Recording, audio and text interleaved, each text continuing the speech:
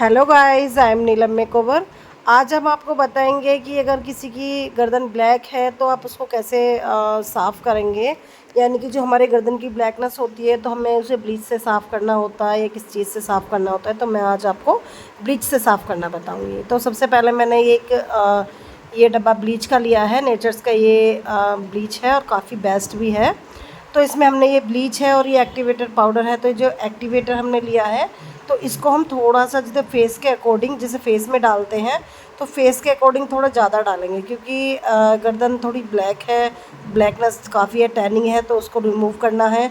तो आज हमने ये बताया है आपको इस वीडियो में कि आप अपने टैनिंग वाली गर्दन को कैसे ब्लीच की सहायता से साफ़ करेंगे। तो ये देखना, अब हमारी सारी टैनिंग रिमूव हो जाएगी। तो हमने एक्टिवेटर आपको दिखा के डाला था, कितना डाला था, इसमें थोड़ा ज़्यादा ही डालेंगे बैक के लिए, पर फेस के लिए आपको बिल्कुल थोड़ा डालना है। अच्छी तरीके से इसको ब्रश की सहायता से ब्लेंड करेंगे, अच्छी तरीके से मिलाना है इसको। और उसके बाद अच्छी तरीके से हमने ब्लीच क्रीम को, एक्टिवेटर पाउडर को, जो एक्टिवेटर होता है उसमें जो पाउडर होता है उसको, दोनों चीज़ों को मिला करके एक साथ में फिर इसको अच्छी तरीके से मिलाना है। और आप देखिए मैं किस तरीके से ब्रश की सहायता से लगा रही हूँ। और गर्दन पे आप ब्लैकनेस भी देख सकते हैं, टैनिंग भी कितनी हो रखी है, ये चीज़ भी आप देख सकते हैं।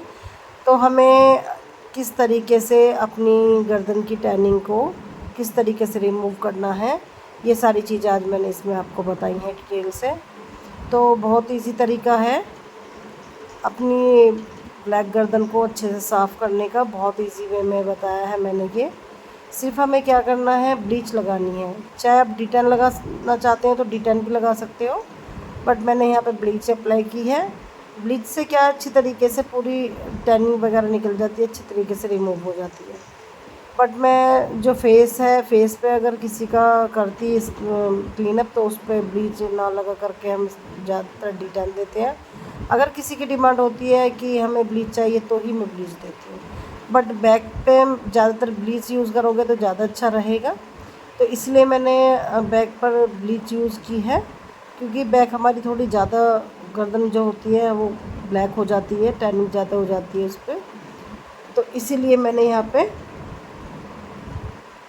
ब्लीच का इस्तेमाल किया है। तो ब्लीच को अच्छी तरीके से हमने ब्रश की सहायता से मिलाया है, एक्टिवेटर को और ब्लीच क्रीम को, और फिर उसके बाद हमने देखी किस तरीके से अप्लाई किया है। अप्लाई करने का तरीका आपने देख ही लिया होगा किस तरीके से हमने अप्लाई किया है। तो हम फेस पे क्या है 5 से 7 या 8 मिनट तक रखते हैं, लेकिन हमें बैक पर क्या करना है 10 से 15 मिनट हम आराम से रख सकते हैं। हम ब्लीच को फेस पे ज़्यादा देर तक नहीं रखेंगे, क्योंकि ज़्यादा देर रखने से क्या होता है, कस्टमर के चेहरे पे थोड़ा दाने वगैरह, रैसेस वगैरह भी हो जाते हैं, उसको इचिंग भी होने लगती है। तो इस करके हमने बैक पे थोड़ा ज़्यादा टाइम रख लेंगे, बट चेहरे पे ज़्यादा टाइम नहीं रखेंगे। मैंने इसको 15 मिनट यहाँ पर रखा था। 15 मिनट के बाद, बट आपको 15 मिनट फेस पर नहीं रखना है, बैक पर आप ज़्यादा टाइम रख लेंगे। फेस पे 5 से 7 या 8 मिनट तक आपको रखना है फेस के ऊपर, बट गर्दन के ऊपर, बैक के ऊपर जो करोगे आप तो वो 15 से 20 मिनट रख सकते हो ईजीली। तो मैंने यहाँ पे 15 मिनट रखा था। तो आपको देखना है कि ब्लीच लगाने से पहले गर्दन कितनी ब्लैक थी और अब काफ़ी ब्लैक, काफ़ी हद तक टैनिंग रिमूव हो चुकी है। तो देखिए मैंने यहाँ से जहाँ जहाँ ब्लीच लगी है वहीं वहीं एकदम क्लियरिटी सी आती चली गई है, और जहाँ ब्लीच नहीं है वहाँ पे हमें थोड़ा सा ब्लैक नज़र आ रखा है। जहाँ हमने ब्लीच नहीं लगाई है वहाँ पे देखिए थोड़ा थोड़ा ब्लैक नज़र आ रखा है, जो पार्ट हिस्सा दिखाई दे रहा है वो, बट हमने हर जगह यहाँ पे ब्लीच लगाई तो एकदम क्लीन दिखाई देगा। और स्पंज की सहायता से इसे हमें अच्छे से क्लीन कर लेना है, जैसे मैं कर रही हूँ इस तरीके से आपको इसे क्लीन कर लेना है। क्लीन करने के बाद फिर आप इसमें मसाज, कोई भी मसाज दे सकते हैं।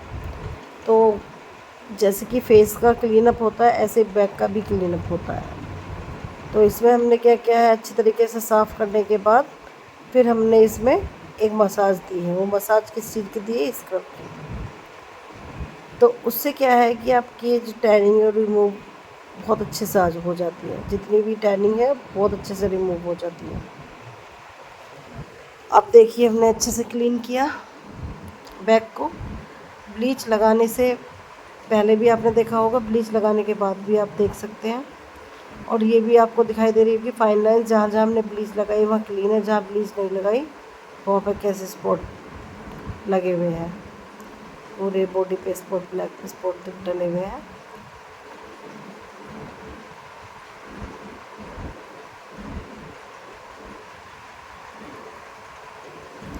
अब देखिए हमने अच्छी तरीके से क्लीन कर लिया है पूरा बैग अपना। क्लीन करने के बाद हमने यहाँ पर हमें स्क्रब लेना है, लेकिन मैंने स्क्रब लिया है यहाँ पर एवरेज का, जो कि बैक के लिए बहुत अच्छा रहता है। फेस के लिए तो थोड़ा हार्ड रहता है, बट बैक के लिए काफ़ी अच्छा रहता है। ये देखिए एवरेज का स्क्रब लिया है मैंने बैक क्लीन करने के लिए।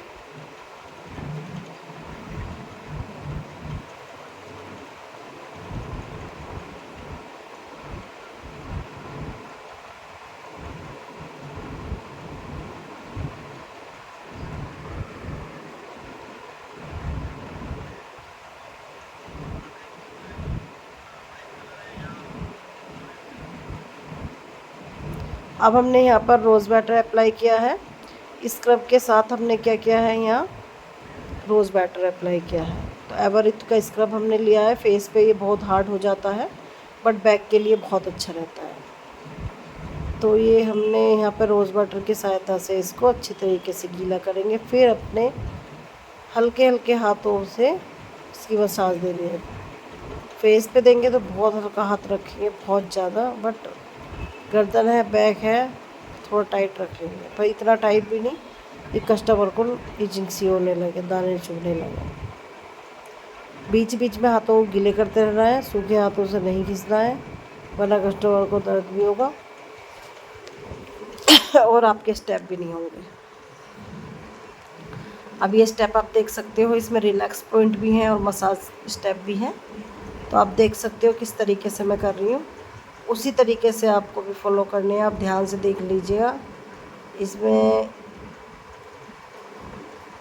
हमने क्या क्या है कि जो स्क्रब है वो पाउच पूरा ही ले लिया है, थोड़ा उसमें ये नहीं कि हमने आधा लिया आधा बचाया, पूरा स्क्रब एक ले लेंगे। जो स्क्रब होता है वो थोड़ा अच्छी तरीके से हो जाए तो टैनिंग काफ़ी निकल जाती है, लेकिन थोड़ा थोड़ा करके निकालेंगे तो उससे ना ही वो वर्क करता है, ना ही हमारा हाथ चल पाएगा थोड़े स्क्रब से।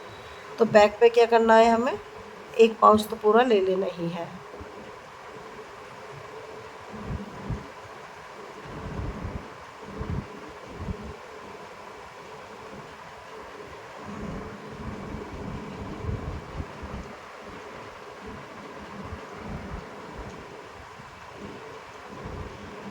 मसाज के स्टेप आप देख सकते हैं किस तरीके से हो रहे हैं। इसमें रिलैक्स पॉइंट भी है और मसाज स्टेप भी है। तो सारी चीज़ें आप देख सकते हैं हमें किस तरीके से करनी है। और हमने इसमें थोड़ा सा जो फेस रोलर होता है, बैक रोलर होता है, वो भी हम थोड़ा सा अप्लाई करेंगे ताकि कस्टमर को थोड़ा रिलैक्स मिले। तो स्टेप आपको इस तरीके से करने हैं कि कस्टमर को आराम से कराने में भी अच्छा लगे और उसको कराते समय रिलैक्स मिले। तो ज़्यादातर लोग क्या कराते हैं, बैक मसाज ज़्यादातर मैं बताती हूँ किस लिए कराते हैं। एक तो टैनिंग से बचने के लिए तो कराते हैं, बट उनको थोड़ा मसाज मिल जाए, रिलैक्स मिल जाए, इसलिए भी कराते हैं। तो जो सर्वाइकल वाले पेशेंट होते हैं, जैसे कि सर्वाइकल होता है जिनको, वो पेशेंट होते हैं, वो क्या करते हैं कि किसी से मसाज कराना पसंद नहीं करते। क्यों नहीं करते? क्योंकि उनको सर्वाइकल पेन बहुत रहता है। तो इसलिए वो क्या करते हैं कि पार्लर में जाते हैं, उन आराम के लिए, अपना थोड़ा रिलैक्स पाने के लिए वो पार्लर में अच्छी तरीके से बैक साफ़ कराएंगे और बैक मसाज कराएंगे। हर किसी से बैक मसाज या बैक क्लीनअप नहीं कराना पसंद करते लोग, तो पार्लर में जाके उनको रिलैक्स मिलता है। इसलिए क्या होता है कि और स्टेप भी आपको पता चल गए होंगे। तो इस करके क्या है, इसलिए अच्छी तरीके से पार्लर में जाएंगे और अपना बैक क्लीनअप अच्छी तरीके से कराएंगे। और बैक मसाज में देखो सारे स्टेप मैंने दिखा दिए हैं। तो बहुत लोग होते हैं कि घर पे करना पसंद करते हैं, बहुत लोग होते हैं कि पार्लर पे जाते हैं। तो इसी तरीके से आपको करते रहना है। मसाज बिल्कुल सही तरीके से करेंगे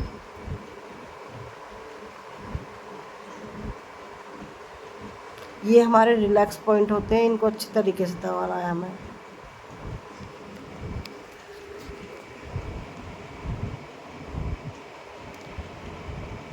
सर्वाइकल वाले जो जिनको सर्वाइकल की प्रॉब्लम है, सर्वाइकल पेशेंट क्या होता है, ये मसाज ज़रूर लें, उनको काफ़ी आराम मिलता है। ज़्यादा नहीं, हफ्ते में 2 बार तो बैक क्लीनअप ले ही लें, तो उनको इस मसाज से काफ़ी रिलैक्स मिलता है, बहुत आराम मिलता है, बहुत ज़्यादा। तो इसलिए ज़्यादातर लोग क्लीनअप तो कह देते हैं, बट क्लीनअप ये नहीं कहेंगे कि हमें बैक मसाज भी करानी है, बस बोलेंगे क्लीनअप कराना है। तो उनको आप अगर उनको सर्वाइकल है तो आप उनको ये सजेस्ट कीजिए कि आप बैक क्लीनअप भी करा लीजिए। फेस क्लीनअप तो कराना ही होता है, बट बैक क्लीनअप भी करा लीजिए, क्योंकि उससे आपको ही रिलैक्स मिलेगा। और बहुत लोग क्या होते हैं कि फेस क्लीनअप ना करा के बैक क्लीनअप भी कराते हैं, क्योंकि उनको पता है कि उनको दिक्कत है। अगर सर्वाइकल पेशेंट है तो वो तो ज़रूर 101% कराते हैं, और ज़्यादातर लोग पार्लर में इसीलिए जाते हैं कि उनको दिक्कत है, मसाज चाहिए, तो उससे उनको काफ़ी आराम मिलेगा। और हाथ को गीले करते रहना है, ये नहीं कि सूखे सूखे आपको लगाना है, हाथ को गीले करते रहना है।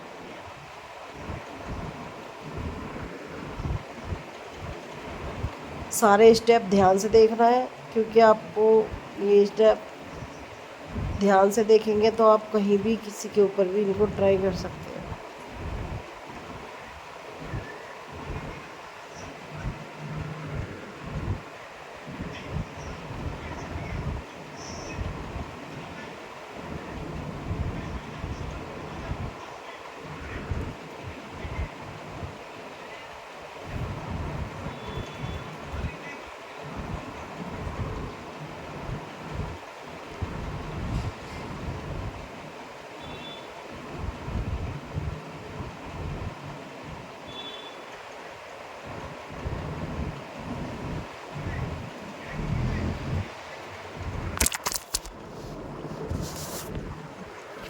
अब ये देखिए, हमने यहाँ पे रोलर ट्राई किया था। तो पहले क्या करना है, आपको रोज़ वाटर अप्लाई करना है। रोज़ वाटर अप्लाई करने के बाद तब हम रोलर ट्राई करेंगे। तो ये देखिए, सर्वाइकल पेशेंट के लिए बहुत बेस्ट है ये रोलर। इसको आप बिना मसाज के भी ऐसे भी अपने बैक पर फिराएंगे तो भी आपको काफ़ी आराम मिलेगा। तो जिनको सर्वाइकल की प्रॉब्लम है वो आप ये रोलर ला सकते हैं। बहुत इजीली मार्केट में मिल जाता है, और ज़्यादा महंगा भी नहीं है, आपके बजट में आ जाएगा, काफ़ी बेस्ट भी है। तो इस तरीके से इस रोलर को आपको पूरी बैक पर रोल करना है, इसको फिराना है, तो इससे आपको काफ़ी रिलीफ मिलेगा, काफ़ी आराम मिलेगा। अगर किसी को सर्वाइकल की प्रॉब्लम है तो पेन भी आपको बहुत कम होगा, इससे पेन भी कम हो जाता है धीरे धीरे। और मसाज करने से तो काफ़ी आराम मिलता ही मिलता है, बट रोलर लगाने से भी बहुत ज़्यादा आराम मिलता है। इसमें सिंपल वे है, ज़्यादा ये है नहीं कि इधर से ऐसे करेंगे, इधर से वैसे, जिधर डायरेक्शन है उधर ही लगा देंगे। और बहुत सिंपल वे में बताया ये मैंने आपको। तो रोलर से आपको बहुत अच्छे से मसाज करनी है, और रोलर से काफ़ी रिलैक्स भी मिलता है। तो मैं यही कहूँगी कि जिनको भी सर्वाइकल की प्रॉब्लम है वो आप इस रोलर को ज़रूर परचेज़ करें, और काफ़ी इजीली मार्केट में मिल भी जाता है ये देखिए, बस सिर्फ आपको कुछ नहीं करना है, इसको किस तरीके से इसको रोल करना है, इसी तरीके से इसको राउंड राउंड करके घुमा देना है, और काफ़ी रिलैक्स भी मिलता है, इससे बहुत आराम मिलता है। अब ये देखिए, हमारा रिलैक्स पॉइंट है। तो जिनको सर्वाइकल की प्रॉब्लम है तो इस तरीके से बहुत आराम मिलेगा, काफ़ी रिलीफ मिलेगा। सर्वाइकल की प्रॉब्लम वाले ये मसाज ज़्यादातर कराते हैं, और ज़्यादातर उनको इससे काफ़ी आराम मिलता है। तो इससे क्या होता है कि 2 in 1 वर्क आपका हो जाता है, जैसे कि आपका बैक क्लीनअप भी हो जाता है, और सर्वाइकल के पेन से आपको राहत भी मिल जाती है। अगर किसी को ज़्यादा पेन रहता है तो उससे क्या होता है, काफ़ी राहत भी मिल जाती है, काफ़ी आराम मिलता है इस तरह से मसाज कराने से। तो इसमें मैंने 2 तरीके की मसाज आपको, जैसे कि क्लीनअप में भी कर सकते हैं और बैक क्लीनअप में भी। अगर गर्दन किसी की ज़्यादा ब्लैक है, बैक ब्लैक है, टैन है, तो उसको रिमूव भी कर सकते हो, और मसाज करके सर्वाइकल पेन से राहत भी पा सकते हो। तो हमें इस तरीके से करते रहना है।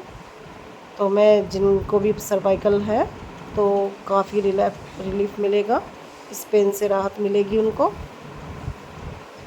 और समझ सकते हैं कि सर्वाइकल का पेन बहुत ज़्यादा होता है, बहुत दिक्कत होती है। बीच बीच में ये कराते रहो तो काफ़ी आराम मिलता है। अब हमें क्या करना है कि कर दिया है और हमने अच्छी तरीके से इसको क्लीन कर दिया है। स्पंज की सहायता से क्लीन कर देंगे अच्छी तरीके से। ये देखिए बैक कितनी क्लीन हो गई है। पहले कितनी टैन थी बैक पर काफ़ी टैनिंग हो रखी थी पूरी। जो इनकी बैक थी काफ़ी टैनिंग हो रखी थी, काफ़ी ब्लैक हो रखी थी। और अब मैंने क्या किया है, ब्लीच के बाद और मसाज के बाद कितना क्लीन कर दिया है इनको। बिल्कुल एकदम साफ़ हो गई है इनकी बैक। तो इस तरीके से आप घर पर भी या किसी का करना चाहें तो इस तरीके से आपको अपनी जो काली गर्दन को या बैक को अच्छी तरीके से साफ़ कर सकते हैं। अगर आपको मेरी वीडियो पसंद आए तो वीडियो को लाइक, चैनल को सब्सक्राइब करना ना भूलें और कमेंट में ज़रूर बताइए कि आपको ये मेरा करने का तरीका कैसा लगा, आपको ये मेरी वीडियो कैसी लगी। तो हमने इसको अच्छी तरीके से साफ़ करके फिर हमने क्या किया है इसमें, अगर आपको जैसे पूरा क्लीन करने के बाद जैसे कि हम फेशियल के स्टेप करते हैं, अगर आगे मसाज कोई मांगता है, ये पैक मांगता है तो पैक लगा सकते हैं। बट इन्हें सिर्फ स्क्रब ही कराना था, इनको पूरा फेशियल का स्टेप नहीं कराना था। जैसे कि पैक वगैरह दे देते हैं तो इनको पैक नहीं चाहिए था, सिर्फ इनको